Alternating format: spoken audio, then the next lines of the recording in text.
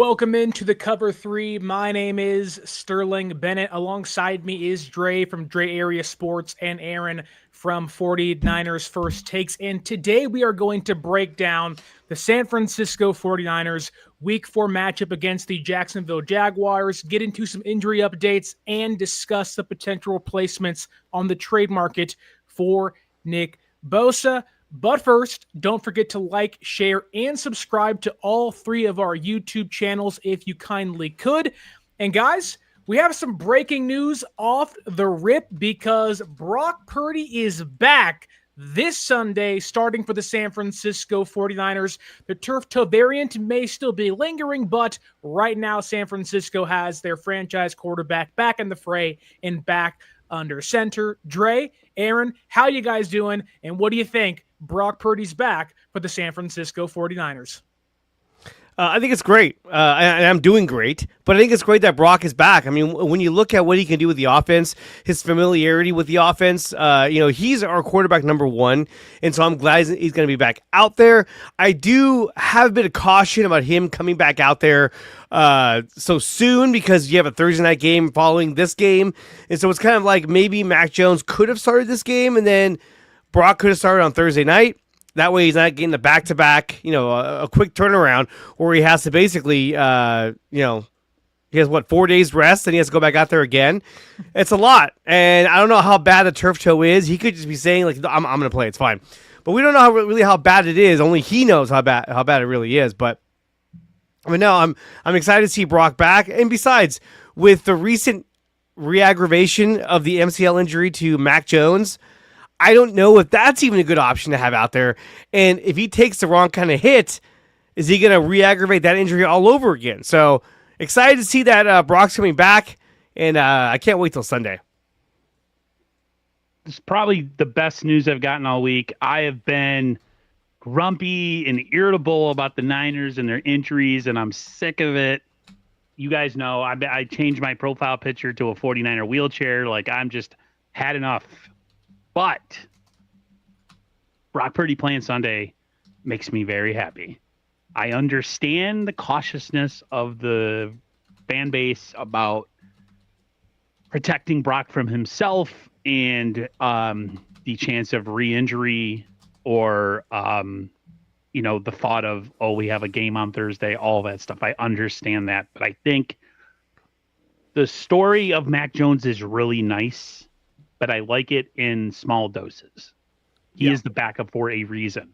And it's great. He's done awesome. We've barely scraped by with offense against, two division rivals and, of course, another NFC opponent. But when we start to get to the meat of the schedule, which is coming up, I mean, you could say this week is a pretty important game considering how, it's another conference.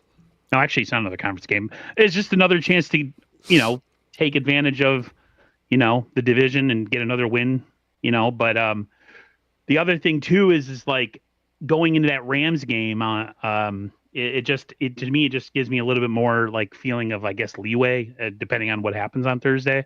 So if they can go into that game 4-0, as opposed to 3-1, it makes me feel a lot better.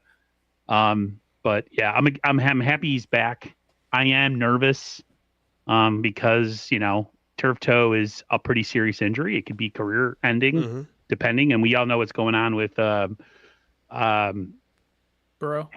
Burrow and his situation. So I don't want that to happen to Purdy. The Niners are, like I said, I've talked about this before, depth-wise, they are so thin. And so, anytime you can get a starter to come back and be part of the team going forward is a good thing. So I'm happy. I'm personally happy. I'm still grumpy, but I'm happy Purdy's back, and it makes me feel real good about Sunday.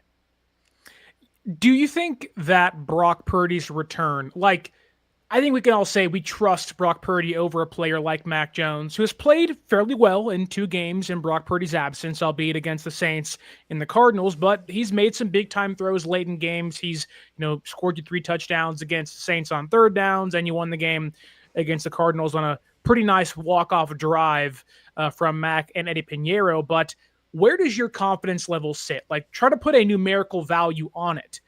With Mac Jones, let's say he was starting on Sunday, where is that confidence level at? But now that Brock Purdy's out there, where has your confidence level number changed to? I think with Mac, my number was probably at around 55%, 60% maybe. It wasn't too high. This game to me is probably going to be a slugfest till the end, even with Brock Purdy back out there.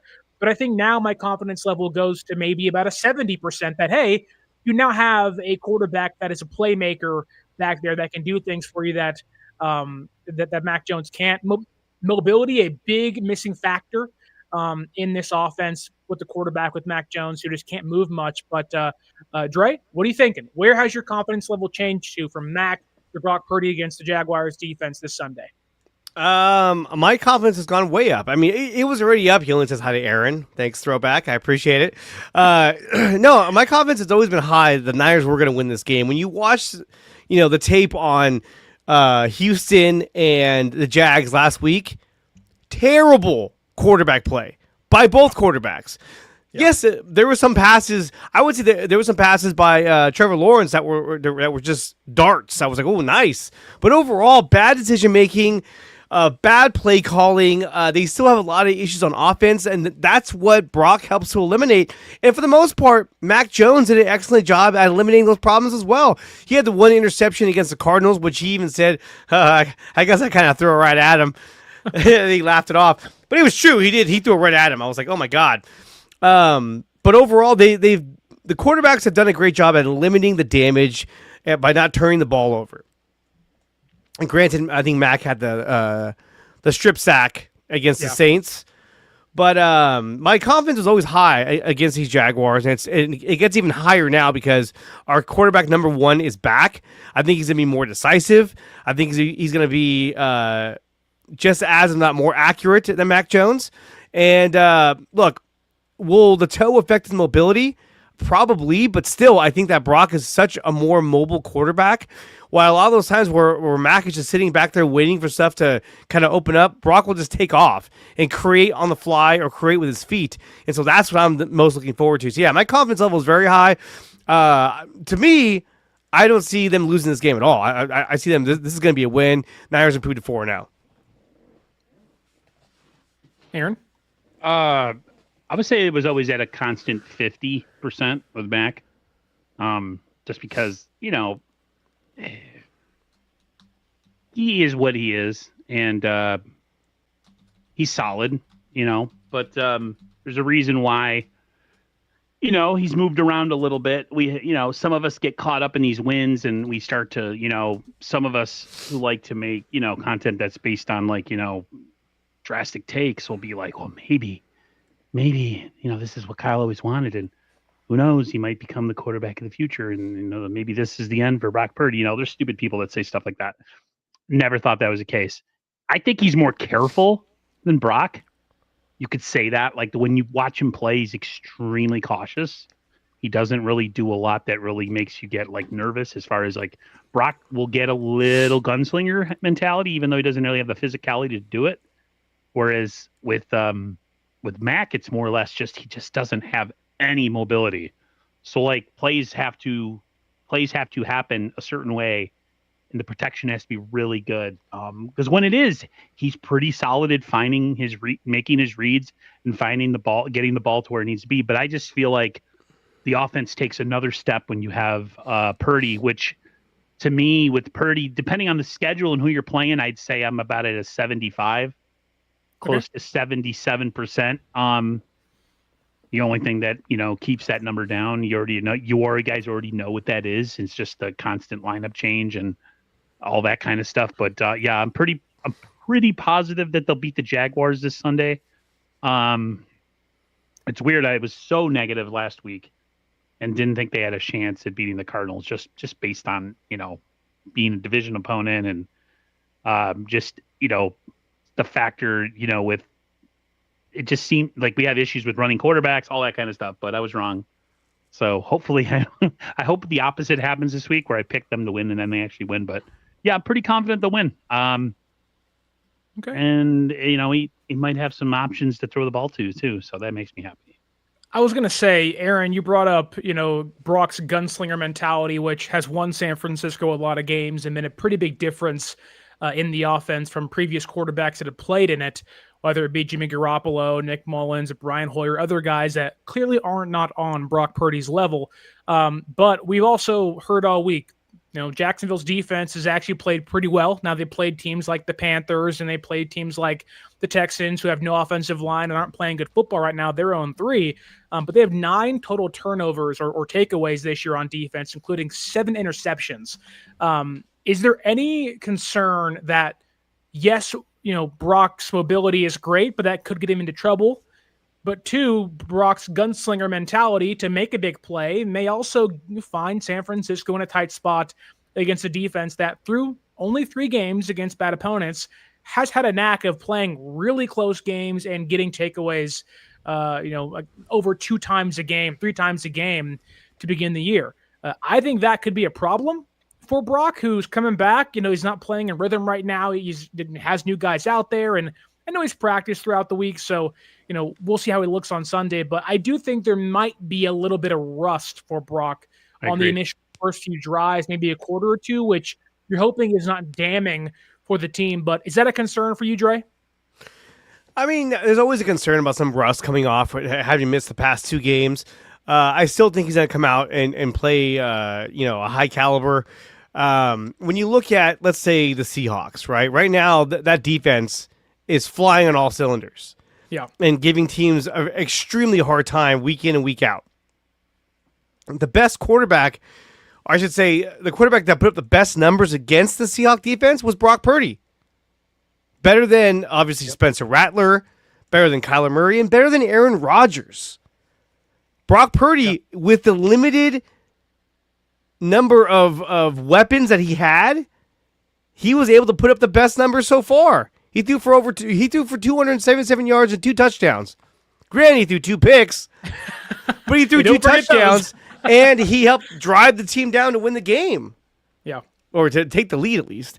So I think at the end of the game, or at the end of the day, when you look at how complex and how difficult that Seahawks defense has become, Brock was the only quarterback that was able to move the ball on them with much more ease than almost any other quarterback that has faced that defense.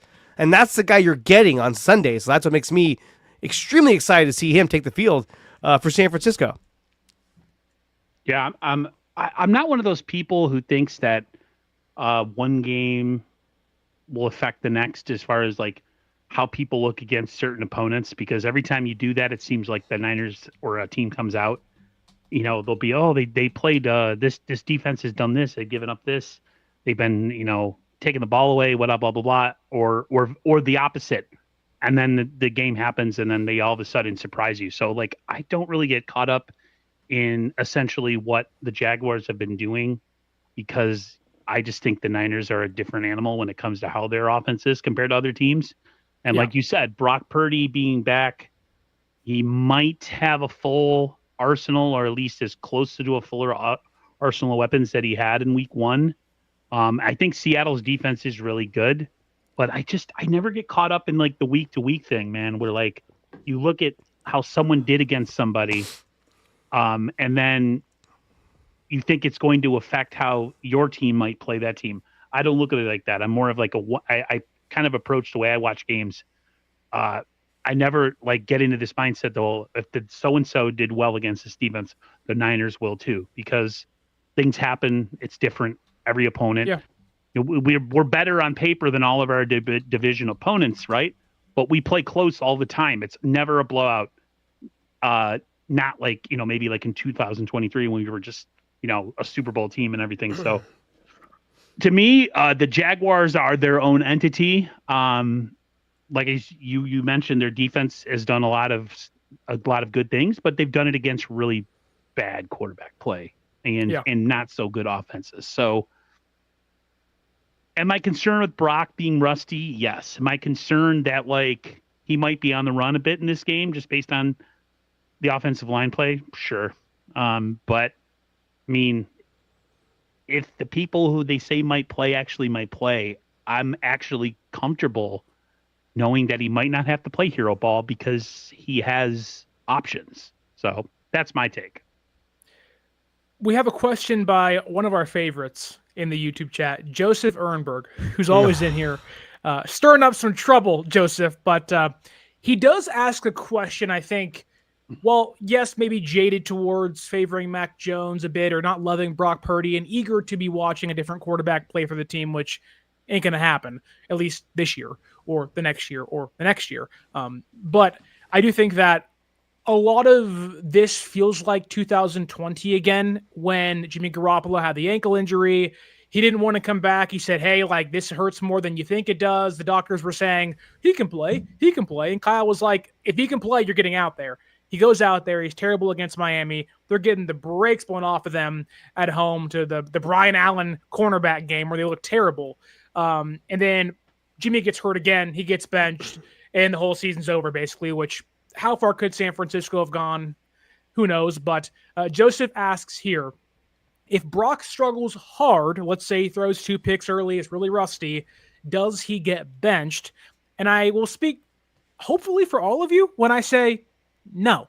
No, he will not. Like, Brock will have to have multiple weeks of throwing 2 picks, having bad quarterback play to even enter into the conversation of maybe being benched. I get it, though. Mac Jones has played pretty well, and maybe there is part of a person like Joseph or other fans that say, you know what, like, it's working right now. Rest Brock until week 5, week 6. Unfortunately for San Francisco, they're not really in a place to rest starting caliber players this season. They have to take every advantage they can to win, and they believe Brock Purdy gives them the best chance to win this Sunday. And I do want to ask you guys this, though.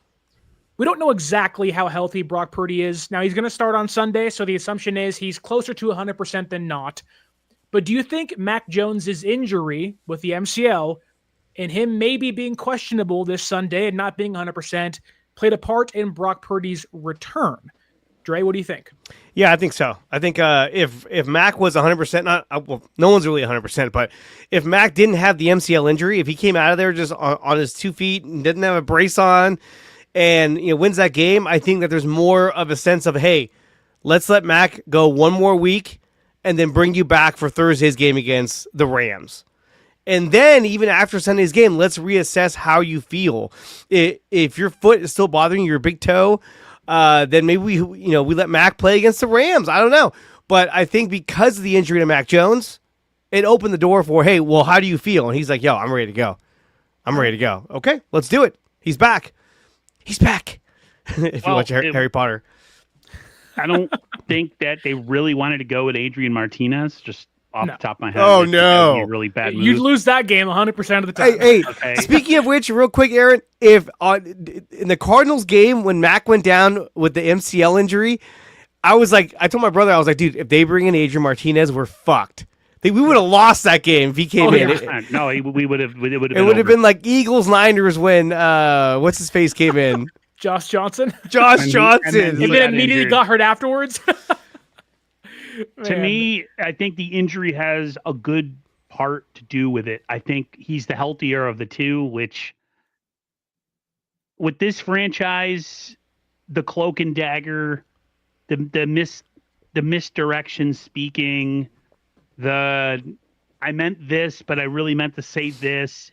I said he was going to be back here, but really maybe not. Maybe he's going to be back in 2 months. Like, I don't know sometimes what exactly is the truth when it comes to injuries with this team. I don't. People say, oh, it's gamesmanship. No, I just think it's just a lack of, I don't know what it is. It's frustrating. So there's part of me is like, oh, well, Brock's the most healthy. But then I don't know the reason. I just, it stresses me out. I would rather have Brock out there anyways. I think the injury, or at least maybe the thought of the injury, we might see a different Brock, like you said early on. I think maybe he might struggle a little bit. But long run, if you had to put me on a, gun to my head and give me the long run of how I believe they can't win the majority of their games with Mac Jones in there. It's a nice story against so-so teams. But, when the real bullets are flying and you're going against real competition, there's nobody I'd rather have than Brock Purdy, whether he's throwing interceptions or not. So I think it's just a mix of him being the more healthy, but he's also the one that gives you the best chance to win and having a chance to go 4-0 going into Thursday. So I think and Matt gives go you ahead. depth. He gives you a lot of depth. I mean, if let's say Brock was out and he's going to be out for a few weeks, right? And you got Mac Jones, then other than Mac Jones, then you got Adrian Martinez, and you're like, there's quite a big drop off between Mac Jones and Adrian Martinez. At least now with Brock coming back, you know that you got Mac Jones on the bench who's like, yeah, if he goes down, I can come in and I've proven that I can run this offense with great efficiency. So having that depth piece to me is more valuable than saying, okay, look, Mac, you start. Brock, sit one more week. Because I'm telling you, if we have to go to Adrian Martinez, it's just going to be all kinds of bad. that's not even a falling off a cliff with Martinez. That's like a sinkhole. Like there's no bottom to it. I'd rather have McCaffrey play quarterback. Something. Hey, Kyle Juszczyk. Kyle Juszczyk is the four-string emergency quarterback, but this is some. I wanted to say there's something that needs to be said. I heard this from Colin Cowherd, which I can't stand him. Sometimes he's right though. Sometimes, not rarely. Where Colin was right and where Colin was wrong. The thing with him, he made a point to say that it's really about the system and not about the quarterback. And to a certain degree, I agree with him. I think the 49ers system, if you have a quarterback that has a brain who can read defenses and call protections and throw to open guys, you have a shot. I don't think quarterbacks are calling protections. I think it's a center. And that's why maybe Jake not Brendel calling sucks. out protections, but I don't know.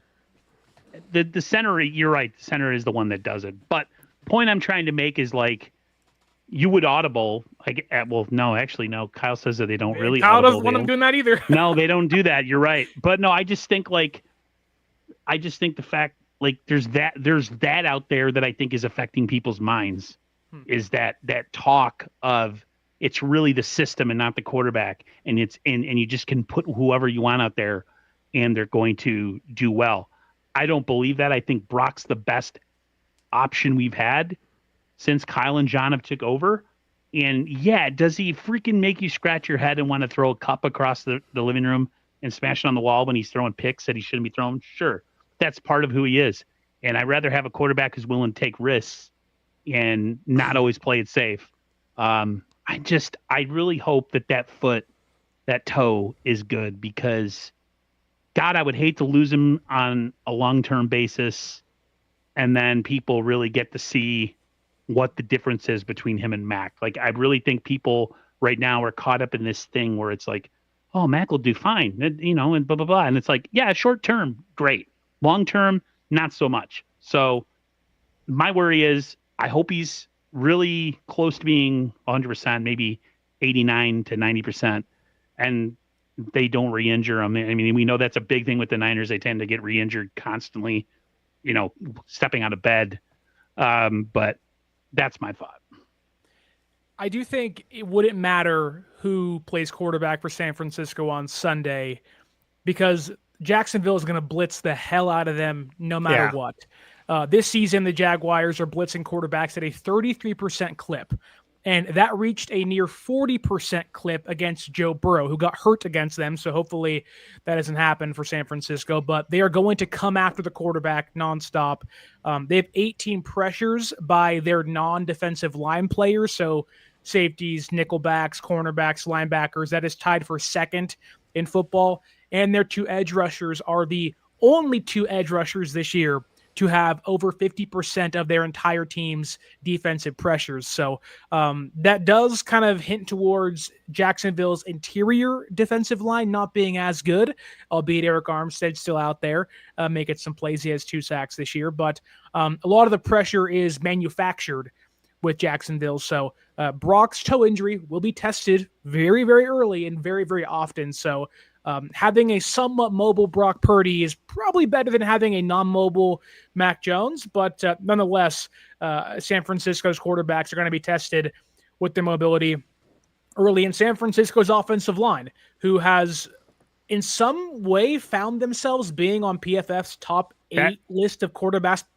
pass protection. I don't know how that happened. It makes no sense to me, but I was going to bring that up earlier. I'm like, this doesn't make any sense because we watched the games.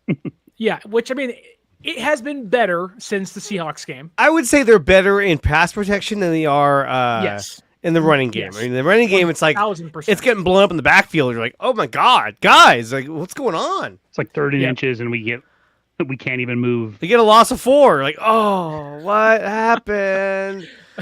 But I mean, when you look at, like, for instance, Jacksonville, who they're going to be playing this Sunday, it's like they've gone against 3 teams. They've gone against Carolina Panthers, who are ass. They've gone against the Cincinnati Bengals, which is 36-0 last week. So I wouldn't say they're ass. They're half an ass cheek. They're terrible. They are terrible. Okay, the Bengals, who they lost to somehow. Yeah. That's where Burrow got hurt. Yeah. They ended up losing that game, and then they played against the Texans. And the Texans are in disarray. Yeah. But still, even if you look at like the Texans, right? The Texans have the 16th best defense in the league. That's because they only scored 17. The offense can't score. Well, but the Jags only scored 17 points, and they barely scored that. Yeah. And now they're going up against the number 4 ranked defense in the league in the San Francisco 49ers. Without Nick Bosa. Without Nick Bosa, yes, I know. But I mean, look, most teams don't have a Nick Bosa. Nick Bosa is like, he's like a guy that there's is pure luxury. 5 of him in football right now. Yeah. Maybe. So I think that this defense alone is still going to be extremely good. Yeah. Would be even better, obviously, with Bosa. Nick Bosa. Sorry, I was reading something. With Nick Bosa, but still, I think this defense can be a force to be reckoned with. And really, I feel like this defense is probably what's going to keep the Niners relevant this season, is how good they are and how deep they are as well. Because for the first time since, I don't even know, 2021 maybe, they look like they are playing as a unit. The Niners defense looks like a cohesive unit where everyone knows where they're supposed to be at. Last season... What? Harry Balzac? Sorry. Harry Balzac, yeah. What we saw last season, there was no sense of unity on that defense. Everybody was just out for themselves. Nobody knew where they're supposed to be at. Even when we had Steve Wilkes, you saw Fred Warner getting frustrated. You saw Greenlaw getting frustrated because players weren't where they're supposed to be at, and you could tell there was some confusion. This year, I'm not seeing that. So I think the Niners defense will continue to be a really, really good defense. It just sucks we don't have Nick Bosa. I'm a little bit more concerned about the Niners defense than you might be, because there's been some blown coverages in the past couple games, especially last week. Some plays where if the team doesn't make a mistake, we get gouged for a pretty big number of whatever it might be, like passing or running, whatever, screen pass. So I think the Niners can get even better, even if Bosa was playing. I think the Niners right now are very bend but don't break. They're not getting any turnovers. They don't really get a ton of. They are getting fumbles. They're just not getting interceptions. Right. They forced like 5 fumbles. They're going to get one this Sunday, though. They're going to. Trevor Lawrence is due. Yes. Aaron, though, continue, please. I can't imagine any place where not having Nick Bosa makes you better, or where you feel better about the defense with him not being out there. I'm highly concerned about him not being out there. The fact that it's going to take them probably manufacturing pressure in order to get quarterbacks off their spot. Mykel Williams is a great story. He's solid in the run game, and he's done well when he teamed with Bosa. Was able to kick inside and do all that kind of stuff. So, man, they played well last week in the second half, but that's also against Kyler Murray. And it might work this week against Jacksonville, because I don't care what people say about him and how big and strong-armed he is. I still haven't seen what the hype was ever for Trevor Lawrence coming into the National Football League. The fact that there was a question on social media the other day that asked, who would you rather have at quarterback, Brock Purdy or Trevor Lawrence? And people are like, Brock, like majority. And the only people that are excited about that would go Trevor Lawrence is the people that are obsessed with size. Like the old Vince McMahon, like you got to be a bodybuilder, to sell tickets or whatever. That's that. Like when you don't have that as your prerequisite for quarterbacks, I just think it's interesting. So, yeah. I think a lot of what maybe Dre was getting at wasn't that he's not annoyed or he doesn't think the defense will be affected by the loss of Nick Bosa. I think anyone preaching that to anybody would be wrong. Like losing Nick Bosa is a big loss for this defense. But I do think this game on Sunday, it's more about the opposing offense than the defense itself. And yes, the defense, there will be areas they struggle. Jacksonville is one of the best rushing attacks in all football. They have 141.7 yards per game on the ground this year with Bashal Tutin and Travis Etienne. That ranks fifth in football. They are running the football nearly 30 times a game. That's inside the top 10. Etienne has the third, or is tied for third with 167 yards after contact, and he has 6 explosive runs. So they're moving the ball downfield, not because the quarterback, because of the running back game. So it does feel as if that is San Francisco, which they have done fairly well this year, albeit not perfectly.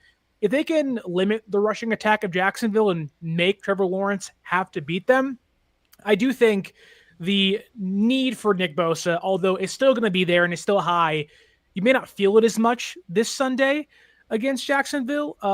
And a lot of the reasoning is because of how dysfunctional Jacksonville's offense has been this year. They played some pretty bad defenses, and they just have not been able to put things together. Brian Thomas Jr., their standout wide receiver last year, who was awesome with Mac Jones, him and Trevor Lawrence have no chemistry. There have been some plays where BTJ just kind of seems like he doesn't want to be out there. They haven't gotten Travis Hunter mixed into the offense just yet, and they've been discussing already through 3 games of like, you have to simplify things for him. That's a problem. Now, there is one side of that is, well, this could be the game they break out, and we're like, oh, crap. Like, here they are against San Francisco's defense. But honing in on Trevor Lawrence for a minute, I don't trust him. I don't think he's that good. Do I think he's fine? Yes. Do I think in this offense, once they get momentum, once they have time together, is there room for improvement? Yes. He had one really good year. They almost beat Kansas City in the playoffs, and ever since then, it's been a disaster. That said, this year, he is targeting the middle of the football field nearly 40% of his attempts. San Francisco has the biggest eraser of the middle of the football field in their 2 linebackers. I think right now, playing as the best duo in football. They're excellent in coverage. They're making plays. They're getting fumbles. And Lawrence this year has 4 interceptions. Their offense has the 15 penalties. That's tied for the most in football. And they have 13 drops from their weapons. This offense continually gets in their own way, and I think San Francisco, even without Nick Bosa, can take advantage of that. And I think while the concerns of Bosa not being there are evident, obviously you lose Nick Bosa, that sucks. But I do think San Francisco's defense should actually be really successful on Sunday and probably find their first interception of the season against Trevor Lawrence. With the Niners not getting a ton of sacks or, big time, just pressure with Bosa, who do you think it comes from? Is this I like that's a concern, is they weren't blowing anybody's doors off with Nick. Aaron? Yeah. I'm happy you asked because I have a stat just for you. Awesome. Okay. I dove into the PFF, the analytics of Jacksonville. Their left tackle, blocking Trevor Lawrence's blind side through 3 games, has been dog crap. He's been hot dog flavored water. Shout out Limp Bizkit. 14 allowed pressures this year. 3 quarterback hits and 1 sack. They're 2 guards. They run a Shanahan-like system. They're undersized. If you have guys powerful like Micah Williams, Yetur Gross-Matos, they are going to be able to push guys like Ezra Cleveland and Patrick McCarry around. Those guys have allowed 10 pressures through 3 games, and all 3 of those guys have combined for 6 total penalties. That is 6 of the 15 on Jacksonville's offense, so expect a lot more of that this Sunday. And Trevor Lawrence has the 6th lowest time to throw in football at 2.6. But no, wait, there's more. Right now, Nick Bosa, not on the football field for San Francisco. When he's on the football field, though, in 97 regular season games, San Francisco is blitzed 20% of the time. In the 18 games without Nick Bosa, they blitz nearly 32% of the time. But we also have more stats on this because Robert Saleh was here in 2020 when Bosa tore his ACL in New York. Without Bosa that year, they blitzed nearly 35% of the time. So yes, manufactured pressure. Yes, those guards in Jacksonville, they cannot guard players like Micah Williams and Yetur Gross-Matos on the interior, and their left tackle has been once again hot dog flavored water. So this is a game San Francisco can control the offensive line of Jacksonville, push them around, and hopefully get some pressure on Trevor Lawrence to lead to some takeaways on Sunday. Okay. Are you sold now, Aaron? Enough said. Enough said. I'm you're winning me over. We do this every week, man. Look. I think at the end of the day, it's this. Losing Nick Bosa sucks. It's horrible. It's the last thing you wanted to see. Twice in 5 years. I hate seeing anyone go out, but I would have rather have lost Micah Williams than Nick Bosa. And I don't wish injury upon anybody, but I'm just saying. This was probably squad guy, dude. Not the well. I'm just saying, like if it was anyone of any impact, the only way it would have been worse if it was Brock Purdy or Fred Warner. You know, what I mean, those are the Purdy, Warner, Bosa is like the triangle of life for the Niners, and we just lost one of the corners. So that really hurts. Time. Season's young. Season's young, but now Hey, knock on wood, Aaron. Don't jinx us like that. Don't I know. put that evil Don't on do me, that. Ricky Bobby. Come on, man. God. But the way this defense has been playing, I think they're going to come out with a strong sense of urgency to get things done on Sunday. They're not intimidated by Trevor Lawrence. They know all the numbers against Trevor Lawrence. They know that he has the least amount of time to throw the football. What are they going to do? They're going to try to run the ball. And more than likely, they're going to try to run the ball to the edges, especially where Nick Bosa used to be at, because now they're going to be running at Samo. They're going to be running at Micah Williams. Well, probably away from Micah Williams. They'd probably be more likely to run towards Bryce Huff. Yeah. Bryce Huff, exactly. So Okay, that's kind of a where they're going to 120 go, number. is wherever Nick Bosa was supposed to be at. It's not there anymore. That's where they're going to run this ball at. So really, my thing. Oh, sorry. But really, it comes down to the linebacker play. If Fred Warner and True. D. Winters can play the way they have been playing all year, they'll be able to stuff those run gaps and limit what ETN can do on the ground. But go ahead. No, I think one thing that I have to remember that I forget is that Saleh's back. So player-wise, or what is the word? Personnel-wise, yes, we are lesser. We are way lesser without Nick. But I forget, and this is something I have to keep reminding myself, is we do have Bob Saleh in the building, and he is one of the best defensive minds in football. So there's a part of me that oh, that's right. He'll figure out a way, and who knows? Maybe they keep winning, they get some help down the road, and maybe this Bosa injury isn't as big of a deal down the stretch. So it's hard for me because it's last year was so bad defensively, and it seemed like there was no adjustments. Like you'd watch a game and things would be happening. Plays and he was terrible, and nothing would change. He was awful. Yeah, I think he'll put a little deodorant on that stink that is there. It won't completely cover the stench, but it'll definitely. I have more confidence. I have to remind myself. You guys don't understand. I forget that Robert Saleh is the D coordinator. Bob Saleh. I call Bobby him Bob. Trees. To give you guys maybe some, or probably for Aaron more than Dre, but to give you some more positive outlook for this Sunday, the Jaguars offense ranks 24th in third down conversion rate this Sunday, or this year. So they don't score a lot of points. They don't get on the football field or continue their drives very often. But kind of to Dre's point, thanks, Larry. Larry. The Jaguars, their entire game plan is to run the football and establish play action.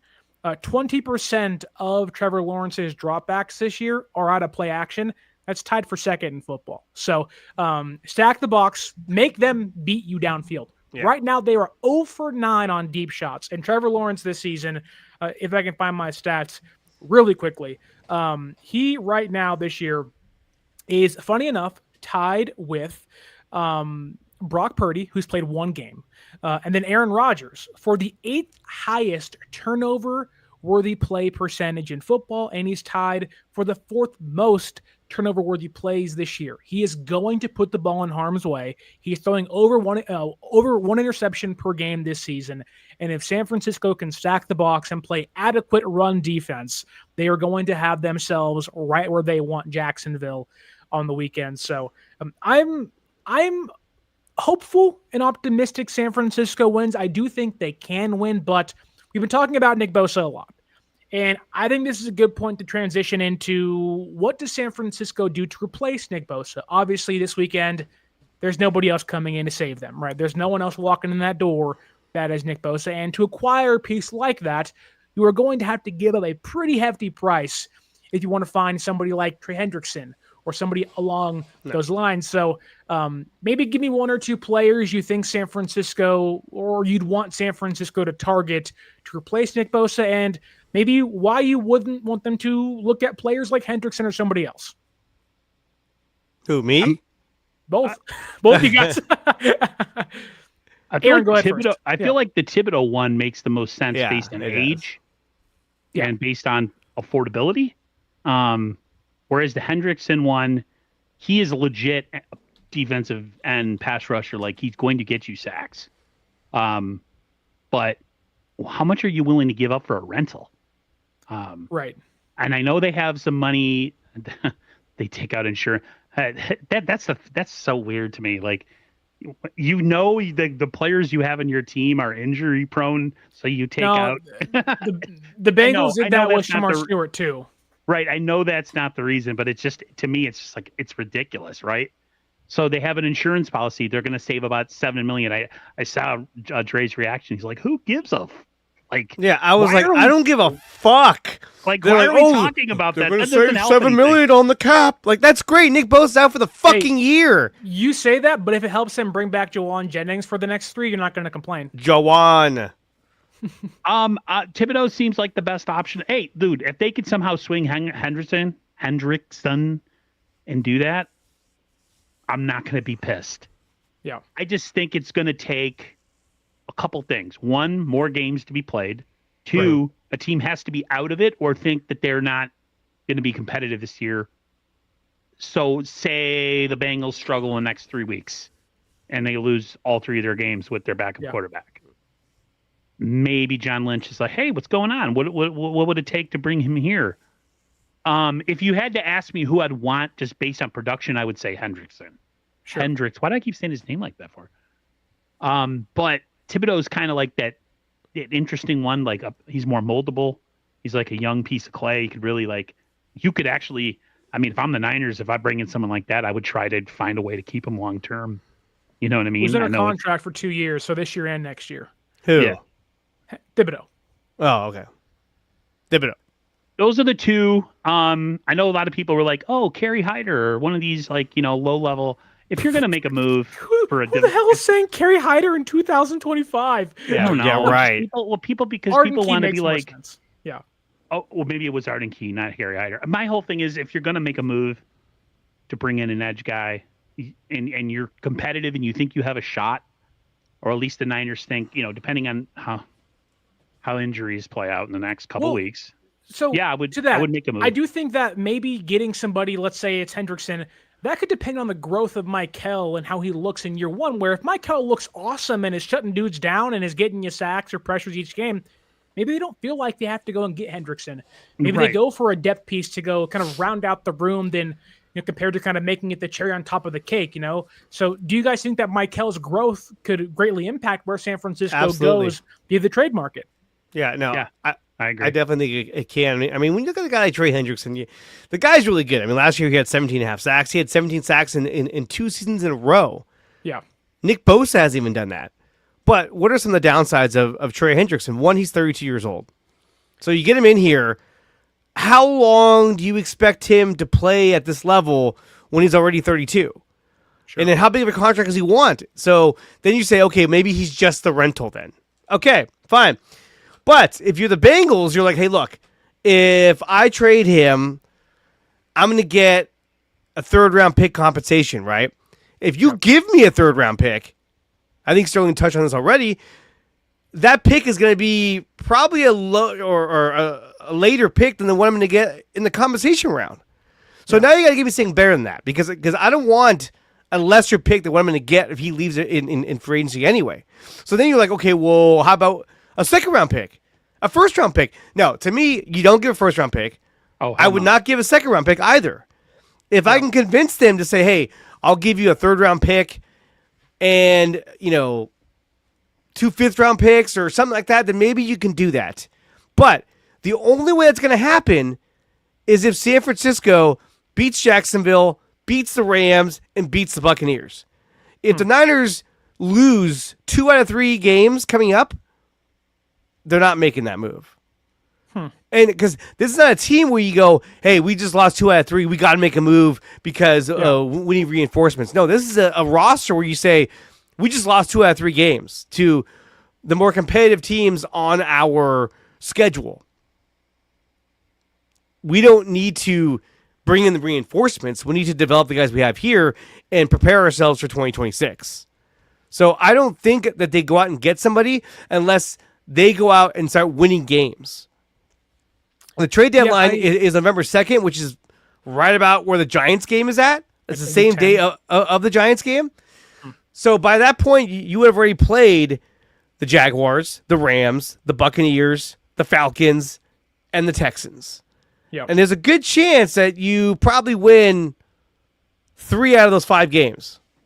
I think if they can be 6-2 or 5-3 by week 8, I think they're in a good spot. And it also depends on how you lose. Like, if that game's close in the end, it's a 1-score game, and maybe having a better edge rusher can change things for you. I also don't see San Francisco dropping 3 straight games this year. I just don't think they're that bad of a team. What about competition from other teams that always make moves, like the Rams and the Eagles?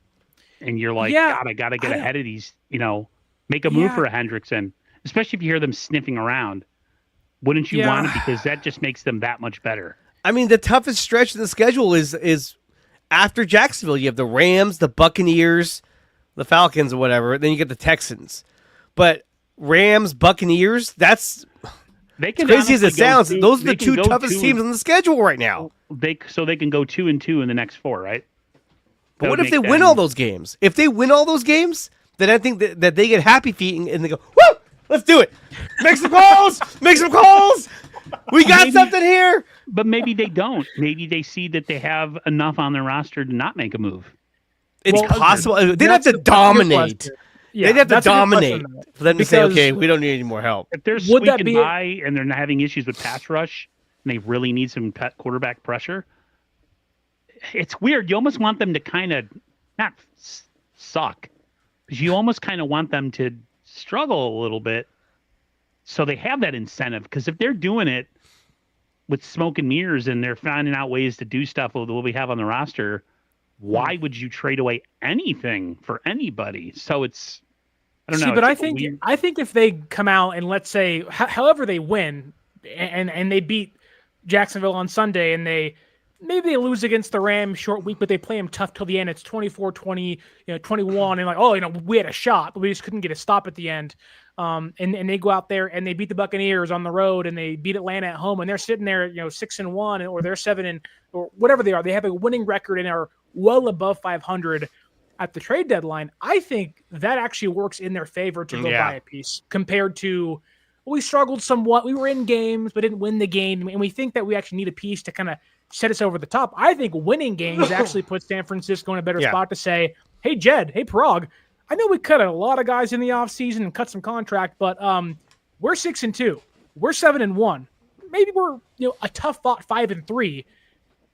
If we buy, we have a really good chance, because Kittle will hopefully, if everyone stays healthy, this is all kind of relative to that. But if Purdy's healthy and Kittle's back healthy and Ayuk comes back and looks like himself again, and Pearsall's healthy and Jawan Jennings can stay healthy and Demarcus Robinson's back, and the offensive line can maybe get some space for the running backs to move around. And I get it's a lot of what ifs because the history of the organization and the regime, but that's winning football games would, I think, clearly push Jed and Parag to say, I know what we did, but we have to capitalize on this. what's happening now. But that was the one thing I was thinking the whole time you were talking earlier. It was like they just cut so much payroll off this team. Yeah. Well, Jed just said, it's been said that Jed is like, oh, we need to cut our spending. We're spending too much cash. We need to hone it back in. But if this team is competitive you don't and waste goes chances like that. 7-1 with the Super Bowl being here in Santa Clara, you can't tell me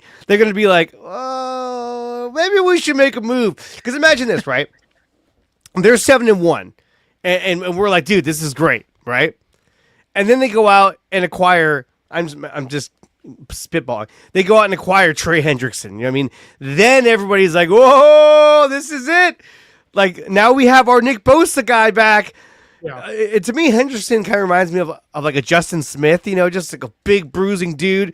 And I'm like, dude, if we get a guy like that, because he's white and plays in Cincinnati, whatever. But what I'm saying is he reminds me of Aaron. No, but if we're competitive and we go out and get a guy, even if it's Thibodeau, even if it's Michael Clemens out of the Jets, Jermaine Johnson from the Jets too. It gives you more incentive to play even harder because you're like, yeah, now we're going for it. Yeah. But if we go out there and we struggle, we lose some games, bad games, or bad plays. You're like the kicker from the fucking Cardinals who doesn't even hit the landing zone. Like, what are you doing? Things like that. Then I think the organization says, you know what? We're gonna stick with the guys we got. We're gonna go out and get ourselves a Khalil Davis, one of those kind of guys, and then we're just gonna. He retired. He did. But what I'm saying is that they're gonna get a guy like that who's just kind of like, oh, he's just a reinforcement, as opposed to we're gonna go out and get a difference maker to help put this team over the edge because now we have confidence that this team can compete for a Lombardi Trophy, and with us getting George Kittle back, now with DeMarcus Robinson back. In time, Brandon Ayuk. But I think just getting DeMarcus Robinson back, having Robinson, Juwan Jennings, and Pearsall, that's a huge difference right there. Huge difference. Let me ask you this, and I know we're on Nick Bosa, and I kind of want to shift a little bit to Juwan Jennings because he practiced today for the first time. Yes. But first, Nick Bosa underwent successful surgery to repair his ACL, according to head coach Kyle Shanahan, and according to the head coach, which nobody says surgery ever went bad. He said it went great. So there is some positive news out there. Everything was successful for Nick Bosa. But what do you guys think about Juwan Jennings? Because he returned to practice for the first time all week. He didn't play against the Cardinals last Sunday. San Francisco won that game, but it kind of felt like he wasn't going to play. And that you're not going to have Juwan for back-to-back weeks, but he returns in practice today. Matt Barrows reported that there was some limitations with his ankle in his routes, so maybe that is concerning for you guys. I personally don't think Juwan's going to play on Sunday. What do you guys think? Aaron, you can go first.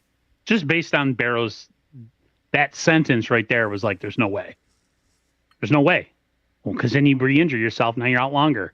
That's like the crux, the bugaboo with this team is like, we get all excited, we bring somebody back who maybe they shouldn't have come back, and then they're out longer or permanently. So, how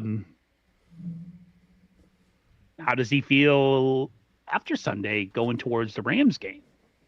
Do you? I think that feels more likely. That you are you willing to sacrifice him one more half of it? I call it like a half of a week. And give him a chance to play against the Rams in a game that we desperately need to win because it's a divisional game.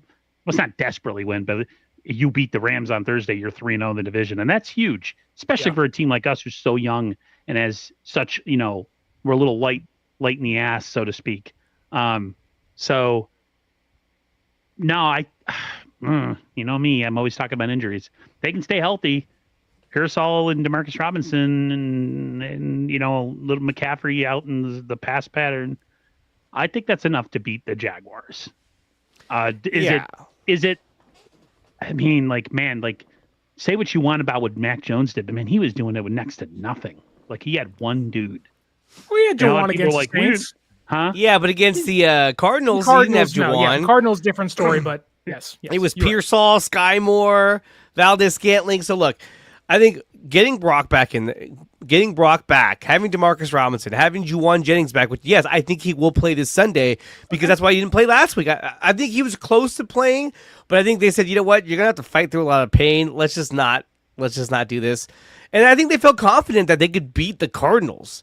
But again, against the Jaguars, I feel like if you have a complimentary team that's got Jennings, Pearsall, and Demarcus Robinson as your wide receiving core, I think that's enough to get the job done.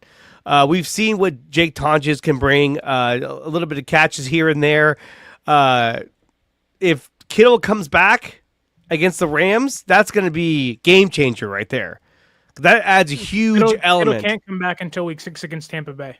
I thought he can come back week 4. He has missed 4 games, so he'll miss week 5 and come back after week 5. Whatever, fine.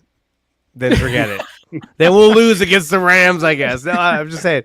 But getting those guys back is going to help the Niners a lot. And the Jaguars have a really good run defense, and we suck at running the football, so that's going to be a problem.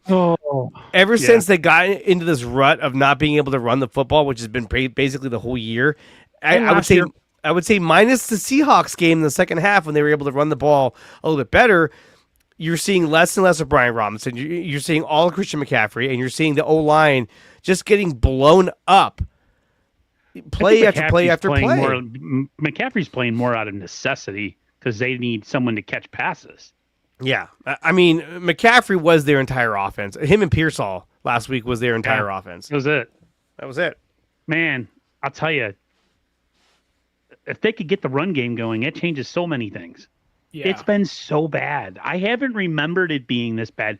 Even when they were like bad in like 2020 and they were having injuries left and right, like this year, I imagine they ran the ball relatively well. And they have like Jeff Wilson Jr. or some, like they've always been able to run the ball. But this year is like the first time where when it's like 3rd and 1 and they line up in a run formation, I'm like, oh, usually it's like, no doubt, whether it's Purdy sneaking or, Kyle Juszczyk doing whatever he has to do, man, this year it's just been so, and I was like, oh, is it McCaffrey's explosiveness? But, Robinson isn't doing anything either when he gets in there. So like you said, these PFF grades, like where are they coming from, man? What are they watching? Well, they're not a great run blocking team. They're not. And PFF is not kind to them in that way.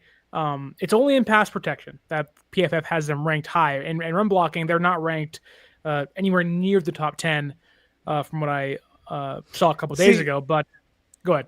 No, go ahead, finish it, and then I'll touch on something. I was gonna say, I don't even think even if San Francisco's offensive line was playing good football, this is still the biggest test they've had all year, defensively at least. Amongst the front 7, I know Seattle has a good defense and they're maybe a better unit when it comes down to it at the end of the year. But Jacksonville through 3 games, albeit it is against the Panthers and the Bengals and against the Texans, who, to those teams' discredit, don't really have a running back worth talking about. Chuba Hubbard, Chase Brown, Woody Marks, Nick Chubb off an ACL injury. Chase Brown's probably the best one. Chuba Hubbard's probably the best running back, but not great teams, not great offensive lines, and not great rushing attacks. But they're holding opponents to 82.7 yards per game. That's 5th in football. I don't even think San Francisco right now could get 82.7 yards against the worst run defense in football this year. That's how bad they've been at running the football. But I do think that when we talk about Nick Bosa and replacing him and getting the front office to buy into what the team can do, a lot of that to me hinges on getting back to being able to run the football successfully. Because if you do that, it opens up play action. It allows Kyle to get Pearsall and eventually Kittle and Robinson and Jennings, all those guys open downfield with play fakes and whatnot. So do you think that the lack of pass options has affected the run game? Because there hasn't been anybody that scares the defense, so they can sit on the box. But they were seeing stacked boxes in 2023 when they knew it's going to McCaffrey 25 times a game. Yeah, okay. Nobody could stop it, though. And I don't know if that's the absence of Kittle, albeit your tight end not blocking for you shouldn't just make your running attack suck, which it apparently has. I think no Kittle, we suck. Which it seems like that's the case, but I think Colby was pretty bad last weekend against the Cardinals in the first start. He was pretty bad. Brendel's not been great as a run blocker. Okay at pass protecting, but still there's been some plays. But I think the guards have been really bad. I think Pooney has been bad as a run blocker, better as a pass protector. And like, I get he's hurt. I get he's coming back from an injury still, but that doesn't excuse what's happening. He's not Pooney playing looks well, terrible. and that's the case. He looks like booty. But Dre, go ahead. No, I mean, I see the comment. Should have never got rid of Jordan Mason. Even if we had Jordan Mason, he'd be doing the same thing that Brian Robinson's doing. Yeah. And they would not be giving him the ball either. So it's better for Jordan Mason to be on the Vikings, where he's their feature running back now that Aaron Jones. Aaron Jones. I was going to say Aaron Donald. Aaron Jones has gone down. That'd be good for him. Good for him. I'm glad that Jordan Mason's getting opportunity in Minnesota. That team's another. It's got a lot of problems too, offensively, especially at quarterback. But I don't think he'd make the difference. Kind of nice against Cincinnati. No, it's not the answer. I mean, Mac Jones is more of an answer than Carson Wentz. But look, on to Cincinnati. I just think that Jordan Mason wouldn't be making the difference here as long as McCaffrey is your number one running back. I'm serious. I think he'd be getting the same amount of touches as Brian Robinson Jr. Flat out. Kenny agrees with me. He'd probably be hurt right now if he was here. Probably. And Robinson Jr. had a high PFF grade as a receiver out of the backfield. You haven't seen that at all with San Francisco. You saw it against Seattle, but he was kind of shaky with that really random jump throw. We all said, "What the hell was that?" Oh, the Jeff Garcia throw. I was just like, the good old Tim Tebow jump throw. Like, wait a minute, what's going on? He almost threw an interception too. It was like, "Jeez, what are you doing?"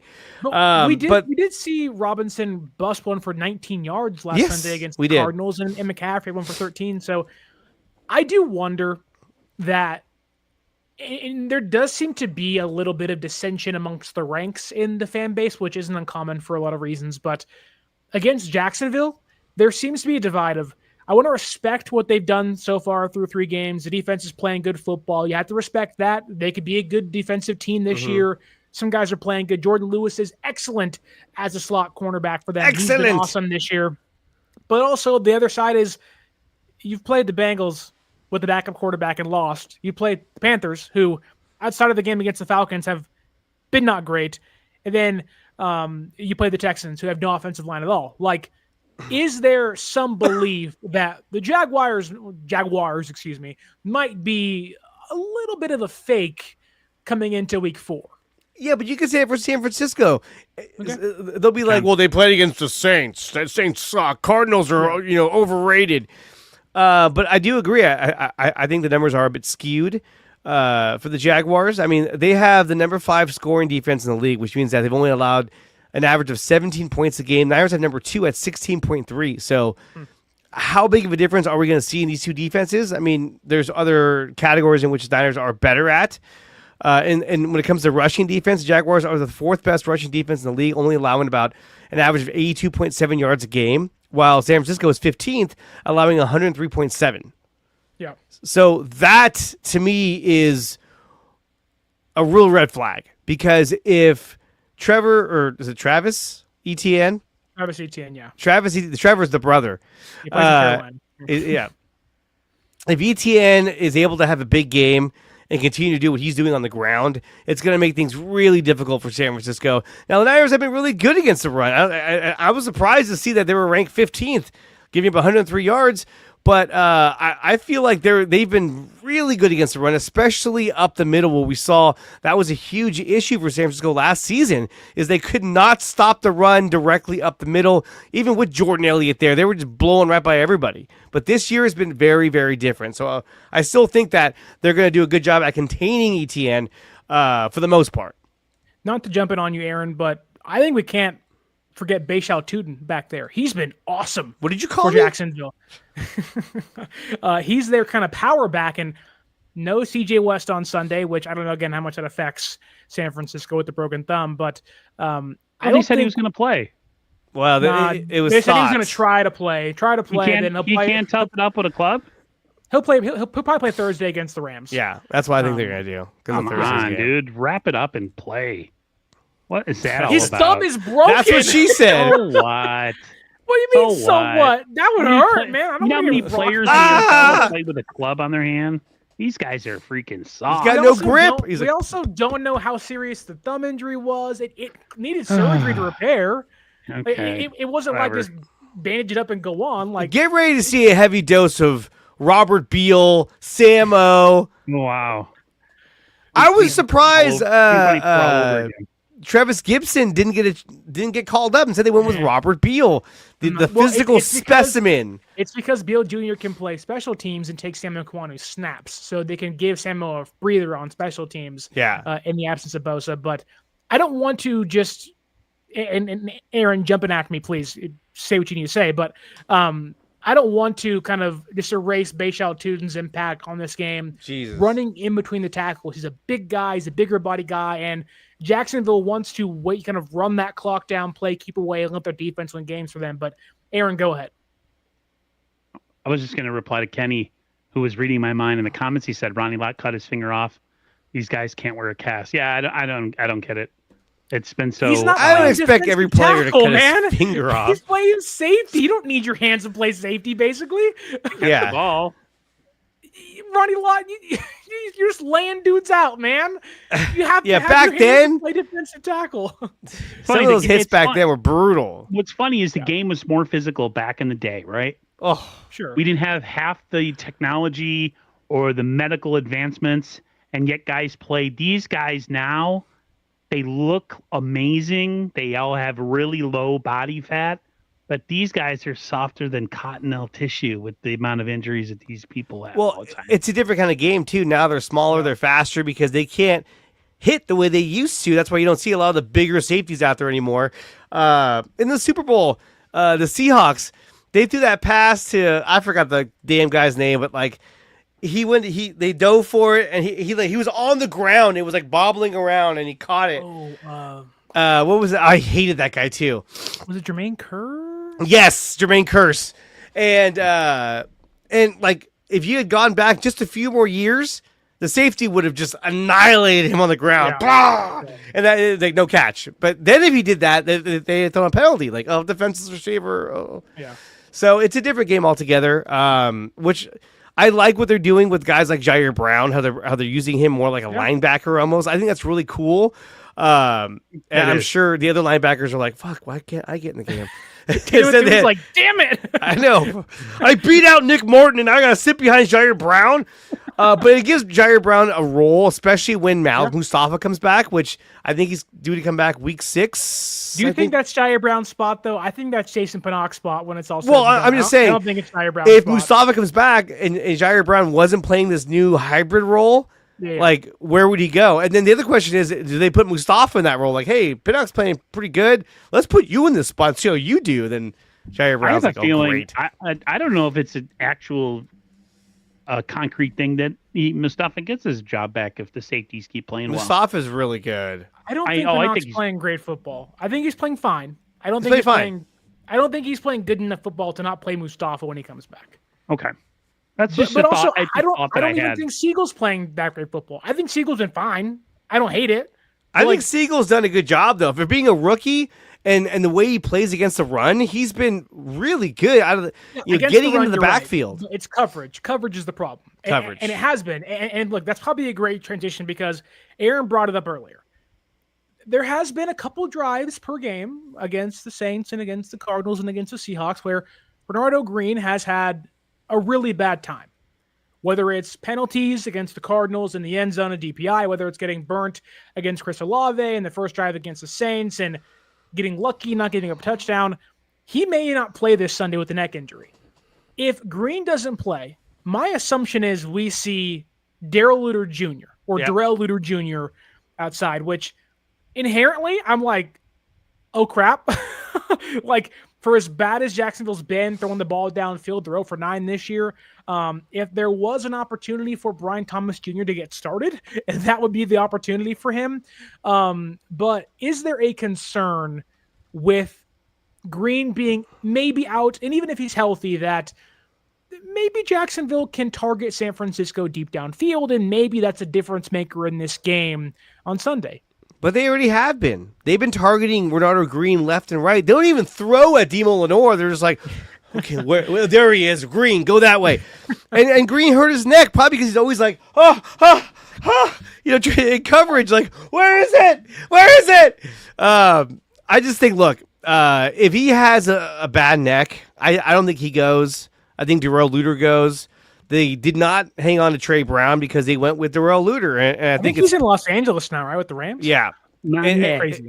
It's put up or shut up time for Darrell Luter. This is it. If he goes out there and looks like Ahkello Witherspoon, then we know this guy is starting for the Rams right now. What the hell? What about Brian Allen?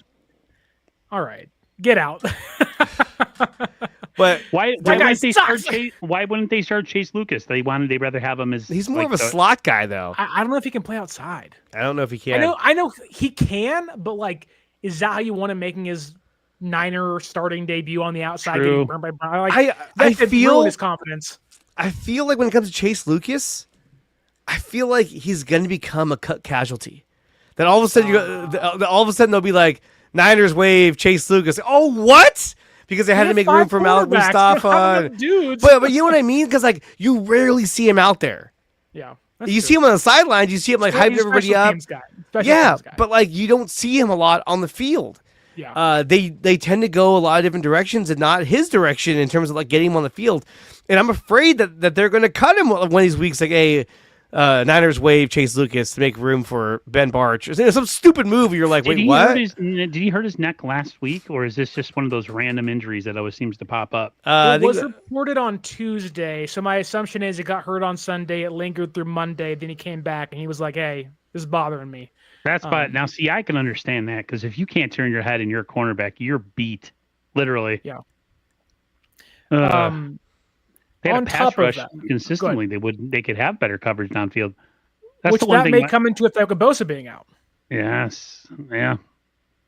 That's the one. That's the one thing that I noticed. Like a lot of these plays that the Niners do give up stuff downfield, there just isn't any rush. They don't blitz a ton, and when they've blitzed, like they blitzed last week, the Niners got stonewalled multiple times blitzing the quarterback. They haven't been getting home with like a bunch of regularity, at least when I'm watching or when I'm noticing. They're so accustomed to just sitting back and playing coverage all the time. And I hate to say it, but I'd rather have that and have a team go slowly down the field than blitz, put guys who don't need to be in one-on-one coverage in one-on-one coverage. But at this point right now, like I said, without Bosa, like they got to try everything to get pressure, man. They were, like I said, they weren't even doing a ton of it with Bosa. And now it's going to be even harder. So, yeah, I would be scared whether it's Renardo Green out there or the other guy whose name is escaping me. Luter Jr.? Luter Jr., who I can't believe made the roster. There is one other thing that I think in regards to injuries and stuff, and we kind of talked about it off the air and in the DMs and stuff, but there has been a lot of Brandon Ayuk updates this week. And a lot of it has been, John Lynch saying, oh, he's not close to coming back. And Shanahan, I think early in the season, kind of saying, it'll be about, 6+ weeks in and we'll kind of see. But we have a report coming out of Shanahan's mouth today that says the Niners, and I quote here, are getting close to, end quote, of having an exact target date for Brandon Ayuk's return.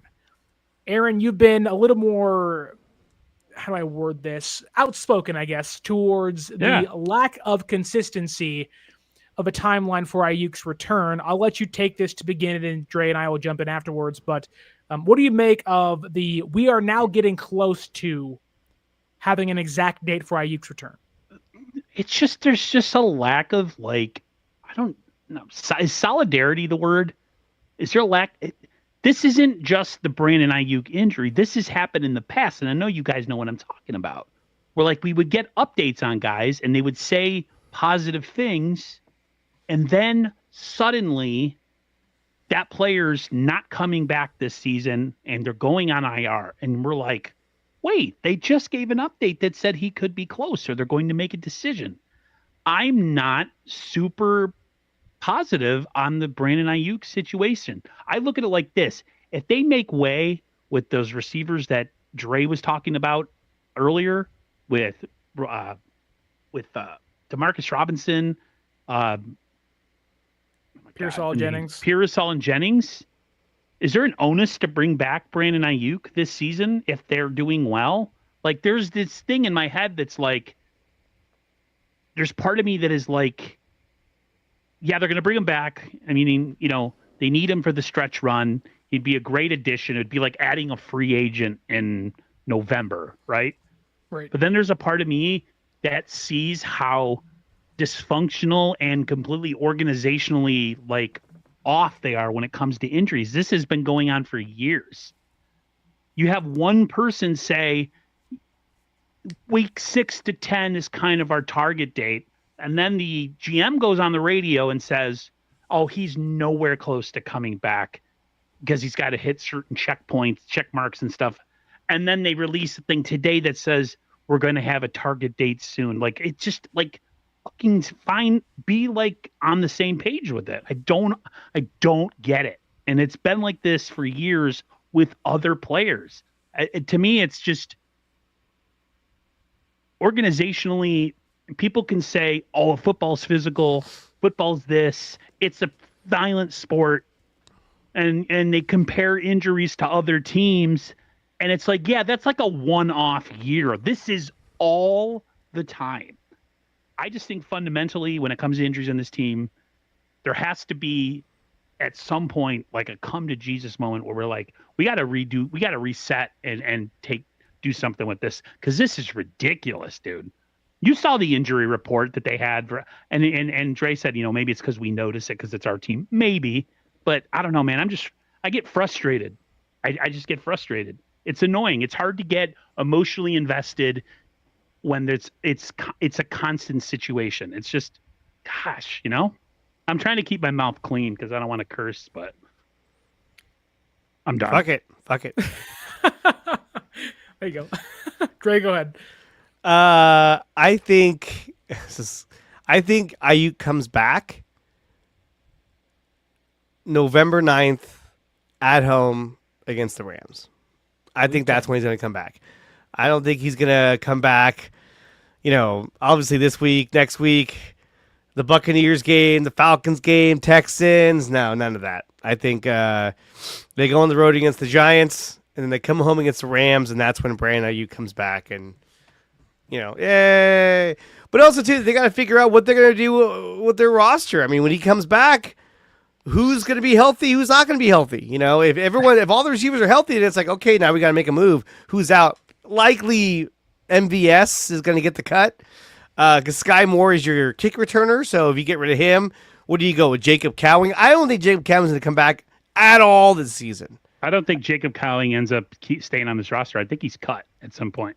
You could probably cut him and he'll end up on your practice squad because he hasn't proven anything. What team would go, oh, we got to get him? Miami. What did he do? I don't know. Yeah, Miami. There you go. Another go ahead. A well-functioning organization. And look, by that point, Mike McDaniel will be back on the Niners coaching staff, and it'll be totally different. He's gonna get fired.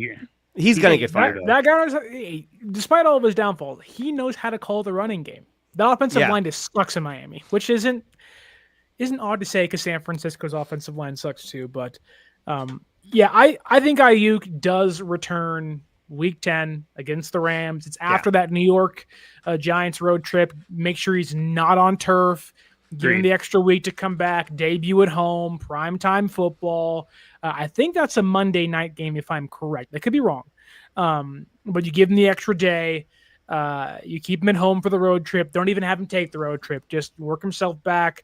But to Aaron's larger point with the injuries, I think it is right to say that the fan base, the coaching staff, the team in itself has been in a little bit of agony watching really good teams that they believe in at the beginning of the year have a chance to go all the way be annihilated and decimated by injury. And you sit there in the wreckage of like, oh crap. Like 4-12, 6-10. Dude. Like, what do we do?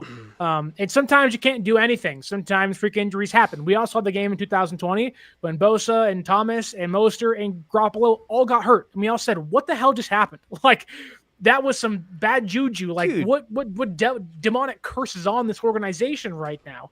But I do want, and I think it's really important to pair. I would not mind. I wouldn't love it, mind you. I would not mind having a season like 2020 or 2024 had you just won the Super Bowl 4 months prior. Yes. I wouldn't care. I mean, No. I would care, but like I could swallow, oh, was it a down year? You went all the way, but you won, and that was the cost. I think a lot of the injury stuff, albeit it's pertinent, it's accurate, there's frustration, it all makes sense. I think a lot of that boils over simply because San Francisco hasn't won and they've lost in the ways they've lost in the Super Bowl and in big playoff games.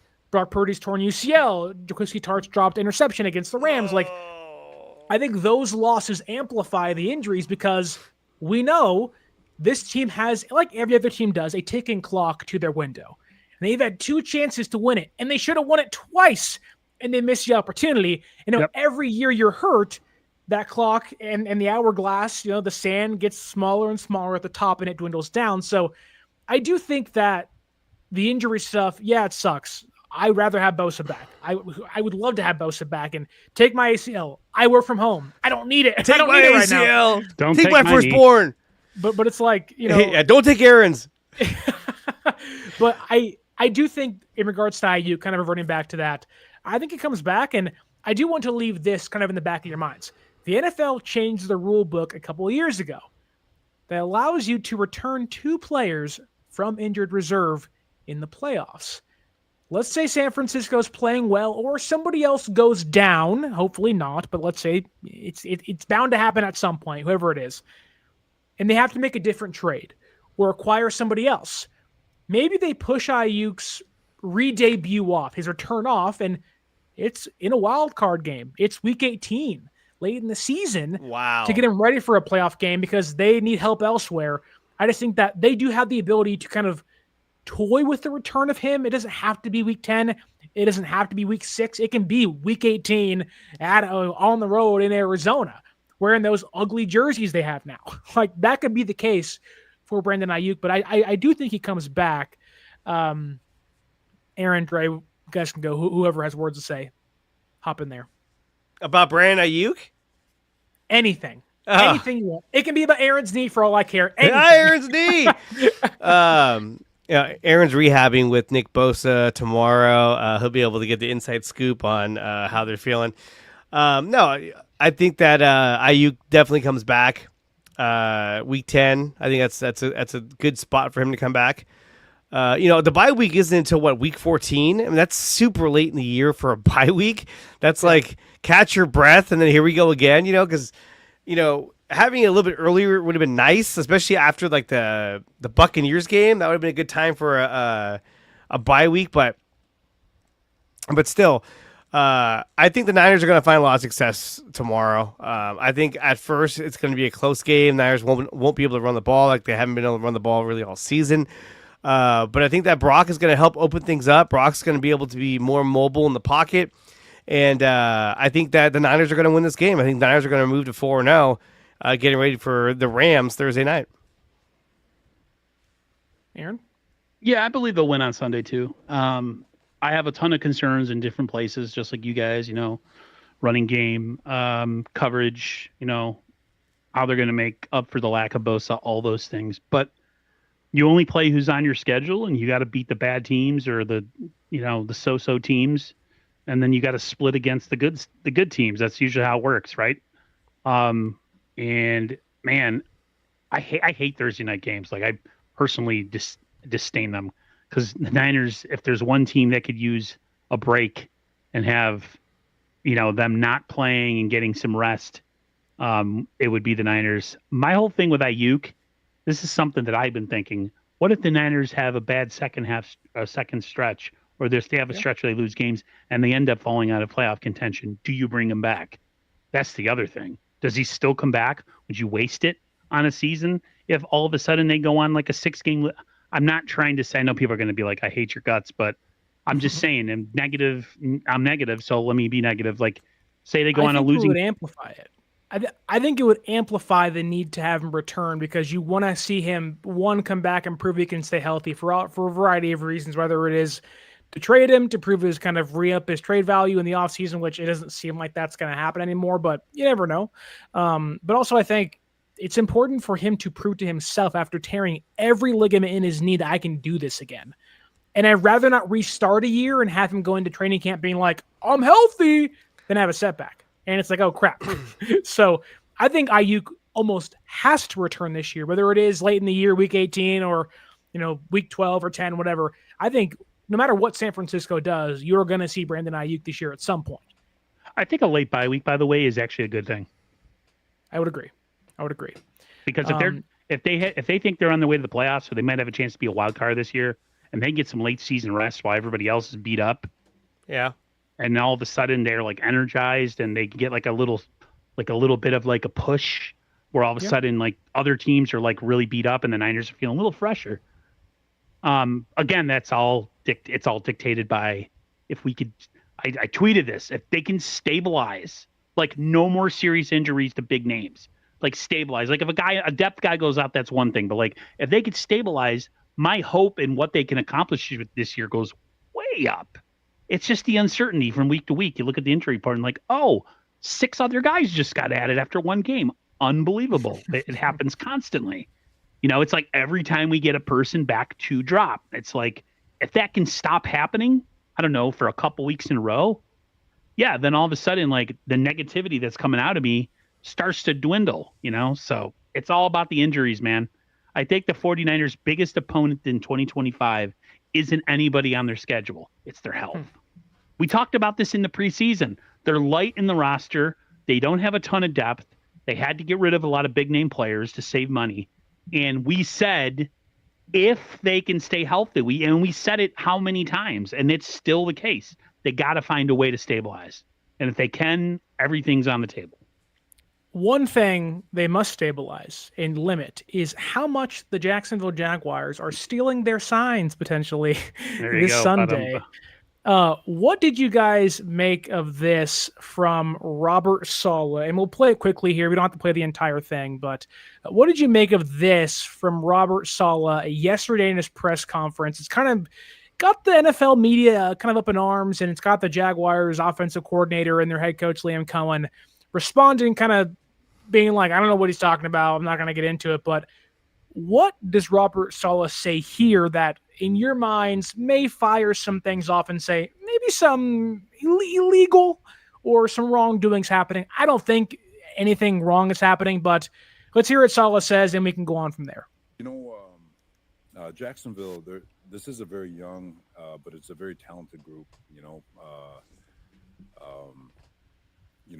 Liam and his staff, coming from a couple of guys coming from Minnesota, they've got legally a really advanced signal stealing type system where they always find a way to put themselves in an advantageous situation. They do a great job with it. They formation you to try to find any nugget they can. So we've got to be great with our signals, and we got to be great with our communication, and to combat some of the tells that we might give on the field. So they're almost elite in that regard. That whole entire tree, from Sean to Kevin O'Connell to all those guys, they all do it. So so there's challenges. They're going to catch us in some situations where they have the advantage, and we just got to play good, sound, fundamental football and do our best to execute them. Robert, when it comes to the communication, is there any? All right, that is basically it. The whole point of it, the big, I guess you could say, sticking point was, they're stealing signs. Stealing!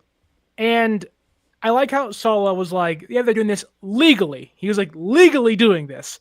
I don't think this is that big of a deal. I don't think that he meant anything by this. This is something more like they're a prepared team that comes out. They're not great personnel-wise, but they're a good coach team. They have their heads on right, and they find every way to take an advantage over the opponent. And CBS Sports, their guys are kind of talking about this. NFL media is like, Saleh's accusing Jacksonville. No. This, to me, reads as Robert Saleh saying that new regime over there in Jacksonville knows what they're doing. They're going to have us in spots that maybe we don't want to be in, and they'll take advantage of us, and it's up to us to fight back and push back. But nothing he said screamed like alarms thinking, Jacksonville's doing something wrong. Aaron, what do you think?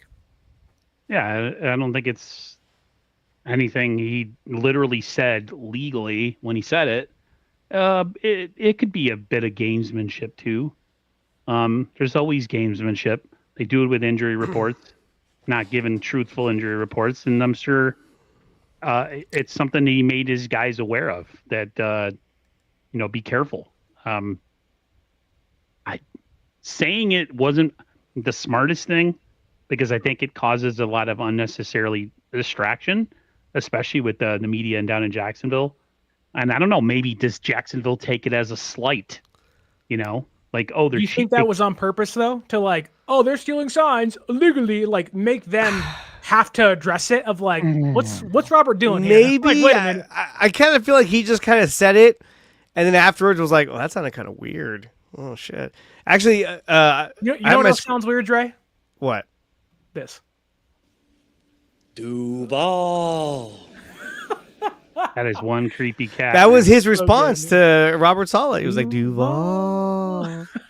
Oh my god! But even Shanahan, there's a clip of Shanahan even saying that. Like, I don't think he was. I think that was more of a compliment than anything else. I don't think that was supposed to be a slight. Like. Yeah. Yeah, but everyone heard the word stealing. They're like, "Oh, stealing! Illegal." He said illegal. No, he said legal. Fuck it. I don't care. It sounds like illegal to me. So look, I don't know. I don't think it makes a difference on Sunday. I think that the Jaguars defense is going to play pretty well. However, yes, they've looked good, but they've gone against the 24th, the 29th, and the 32nd ranked offenses in the league. So look, they're not going against world beaters. They're going against the opposite of that. And I think the Niners have a better offense than those other teams. So I think they'll give them a much tougher fight, and I think they're going to win.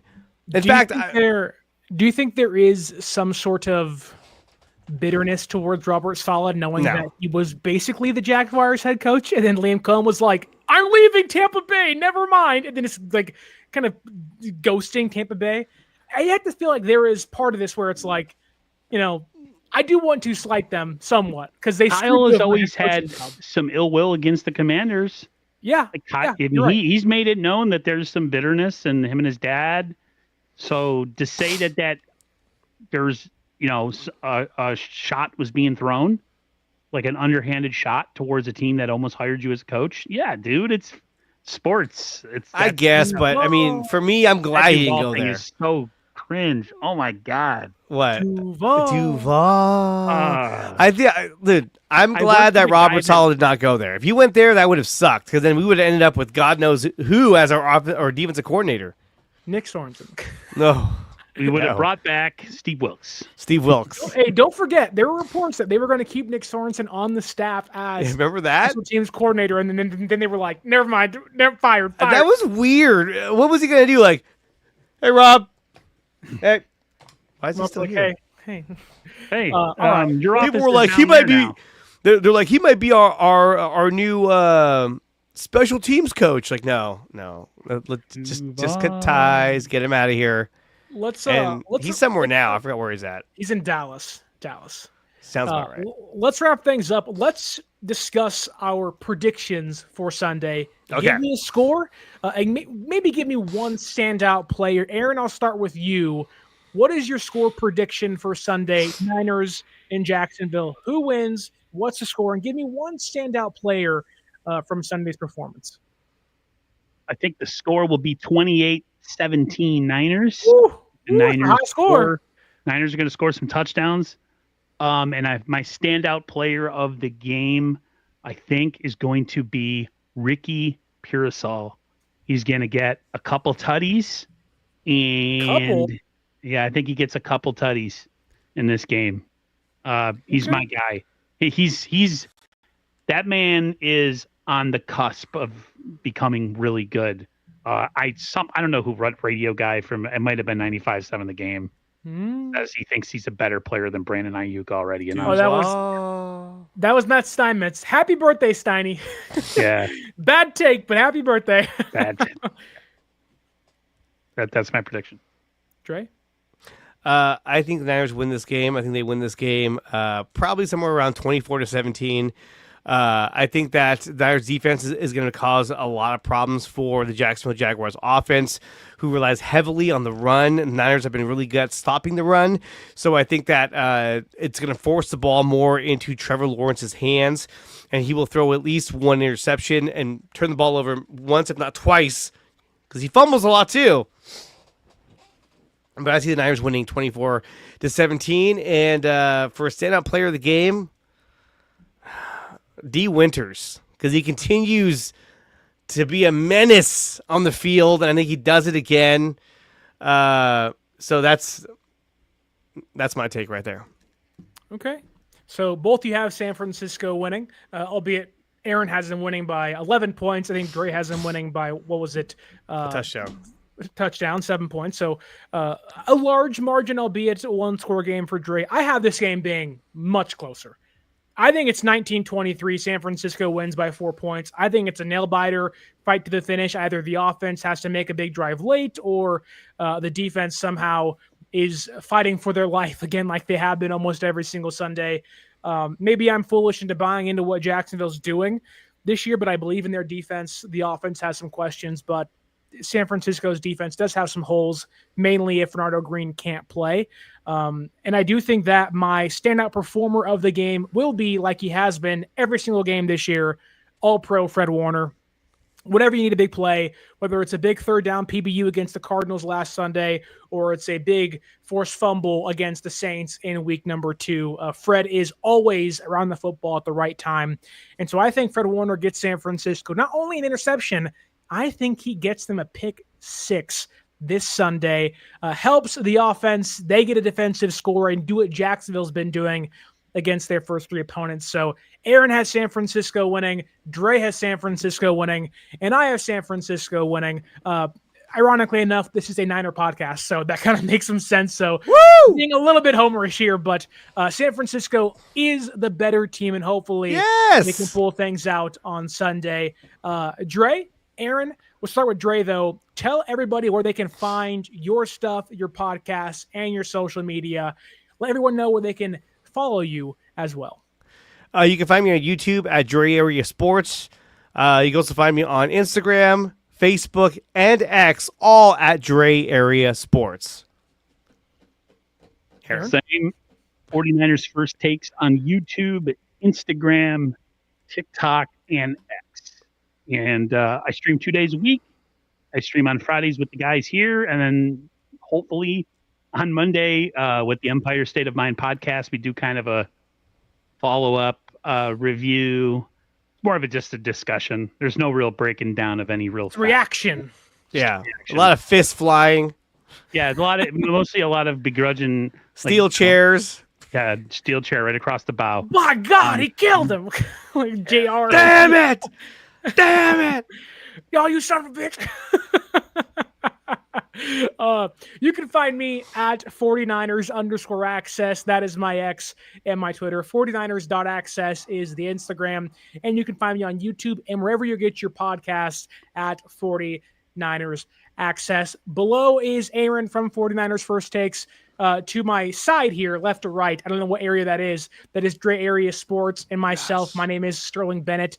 This has been the Cover 3. Thank you, everybody, into the YouTube chat. You guys have been great. We enjoy the interaction, whether you're watching on Facebook, YouTube, or X. You guys are great as well. Thank you so much. Hopefully, you guys can like, share, and subscribe to all 3 of our channels and all of our platforms and follow us on social media. But until next time, this has been the Cover 3. And as always, stay faithful.